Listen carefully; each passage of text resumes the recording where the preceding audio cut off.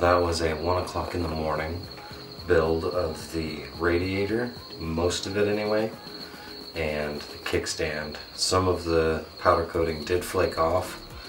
It's just gonna happen. It happens on this stuff. I want to thank you guys for watching. Thank you for liking the videos. It lets me know you guys are interested and it helps the algorithm. Don't forget to subscribe to the channel for upcoming content on the motorcycle build.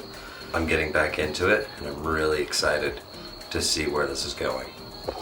Thanks for watching and I'll see you in the next one.